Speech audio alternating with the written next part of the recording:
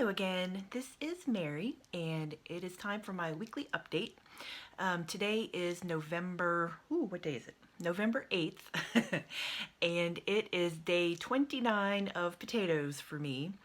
I had a pretty good week this week. I might have gotten into the peanut butter a couple of times and also there was some Halloween candy.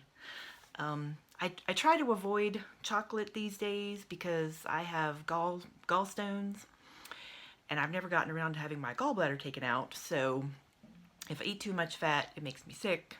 And if I start eating chocolate, I can't stop eating it. So basically eating chocolate will lead to a gallbladder attack. So I try to avoid chocolate at all costs. But I did get into some other Halloween candy that was left over from Halloween.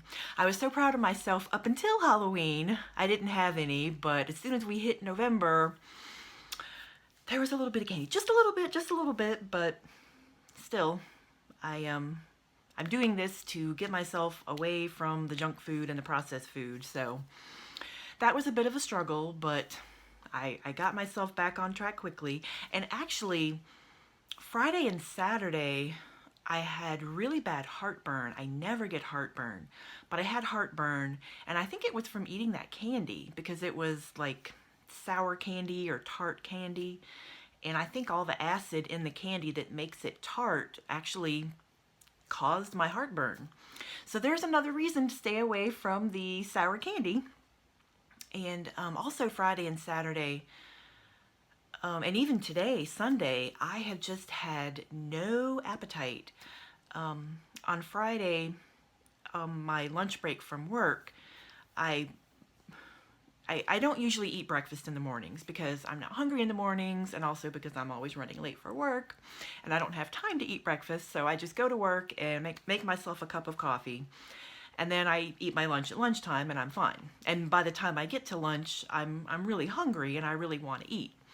But Friday, I just had no appetite, and it came to my lunchtime, my lunch break, and I just did not want any food, which is pretty unusual for me.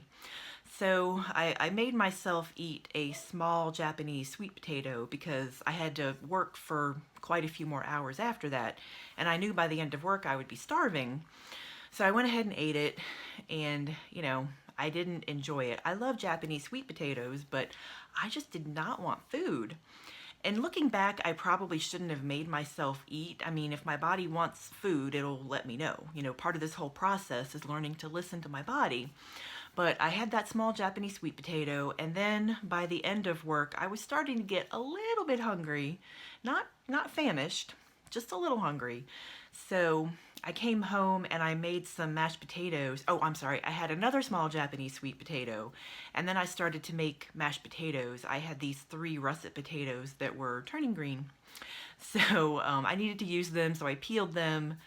I had gotten them to make fries because I still want to make that sauce video and have my little fries to dip in the sauce. But I haven't gotten around to it, and the potatoes were just hanging around waiting for me to make them into fries, and in the meantime they turned green. So I just decided to peel them and make mashed potatoes out of them. And I did end up eating the mashed potatoes, gosh, late, like 9 o'clock, because I just didn't want to eat. And then Saturday, the same thing, I just wasn't hungry. I think I actually forgot that I had some leftover mashed potatoes in the refrigerator. So I had another Japanese sweet potato around lunchtime, and then I had the rest of the leftover mashed potatoes with the rest of my cheese sauce for dinner. And I just really wasn't hungry. And then today, again, I wasn't hungry all day. I think it was about 1:30 when I started to get a little hungry, so I made some more mashed potatoes. I need to do some cooking for the week today. I usually make a big batch of mashed potatoes and I bake some sweet potatoes just so I'll have food ready for the week.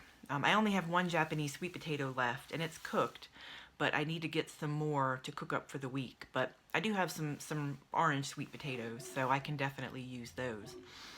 But it's just weird for me not to be hungry because I've done this potato challenge before a few years ago, and I was pretty hungry all the time. I mean, I would eat potatoes and I would feel full, and then in about 2 or 3 hours, I would be hungry again. So I would just eat a little every time I got hungry. But the last 3 days, I just haven't had an appetite. So if any of you have run into that, let me know. I don't think there's anything wrong. I think it's just unusual for me because I always seem to be hungry. And now I am just not hungry, which is okay. I mean, it's a different feeling for me. You know, maybe this is the way thin people always feel. Maybe they go through hours in their day when they're not hungry. So I think that would be a good way to be. Just not hungry, not thinking about food, not planning my next meal. I think that would be a healthier mindset for me. So anyway, I'm sure you're all wondering what my weight was today. So I weighed in today at 284.0, and that means I am down 2.2 pounds from last week, and I'm down 17.4 pounds from my original weigh-in 4 weeks ago. So 4 weeks of potatoes, I've lost 17.4 pounds, which is amazing because the last time I did this, the last 2 times I've done this, I think I only lost about 9 or 10 pounds. So 17 pounds is amazing. Now, I know that, when you start a diet, you see your biggest weight loss. And I don't have my weights from each week. I mean, I don't have my weight loss from each week written down, but I remember the first week was 7 pounds. I think the second week was 5, and then it was 3 pounds, and this was a little over 2 pounds. So I'm gradually coming down in my weight loss. So I don't expect to lose 17 pounds every month, but even so, if I lose 2 or 3 pounds a month, then I'm going to be losing about 10 pounds a month going forward, which would be wonderful. So I'm very happy with my first 4 weeks of potatoes, and I am definitely planning to continue. Here in America, we're only a few weeks, gosh, what is it, maybe 2 weeks away from Thanksgiving? I forget. Maybe three weeks away from Thanksgiving. But I'm already thinking about what I want to cook, so I definitely want to make some mashed potatoes and gravy. I really like the McDougall gravy recipe, which she recommends rice flour. And I've made it before with rice flour, and it turns out very well. And I'm okay with having a little bit of rice flour. I don't think that's going to mess me up too much. And so mashed potatoes and gravy. And I would like to make some, there's a recipe. Gosh, I think it might have been in the China Study cookbook. I need to look for it and find the recipe, but it's called roasted roots.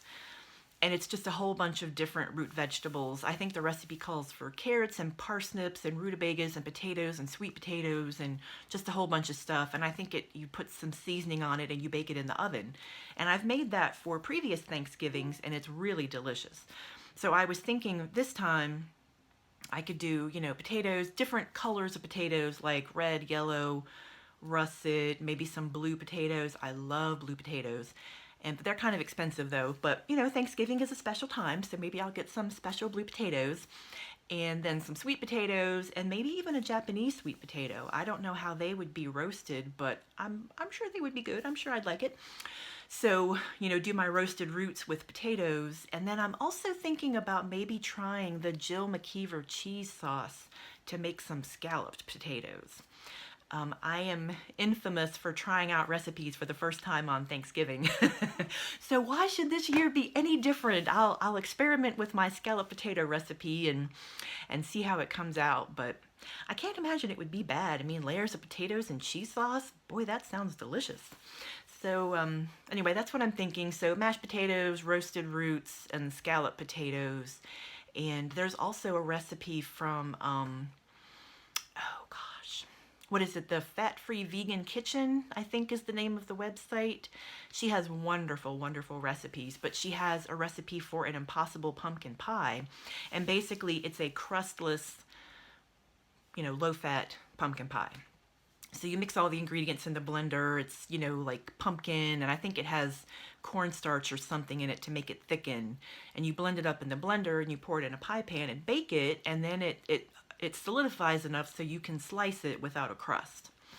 And I love that, and I definitely want to make that for Thanksgiving. So I think those 4 dishes will be my contribution to Thanksgiving, and it's going to be a small Thanksgiving anyway. Usually we have a huge gathering with all the extended family, but I don't think we're going to do that this year because of the coronavirus quarantine. So I'm not happy about that. I love my family and I miss seeing my family, but it's just going to be a few of us. But I will make my 4 potato dishes for me, and then other people can make whatever other dishes they want to make. They will be heavy on the meat and cheese, as they always are. But I will have foods to fill me up and keep me happy and keep me on track. And I plan to just keep going with this definitely until January, and we'll see how I'm doing in January. I might even continue on after that. So I hope you're having a great week and hope you're enjoying some potatoes, and I will see you again soon. Bye-bye.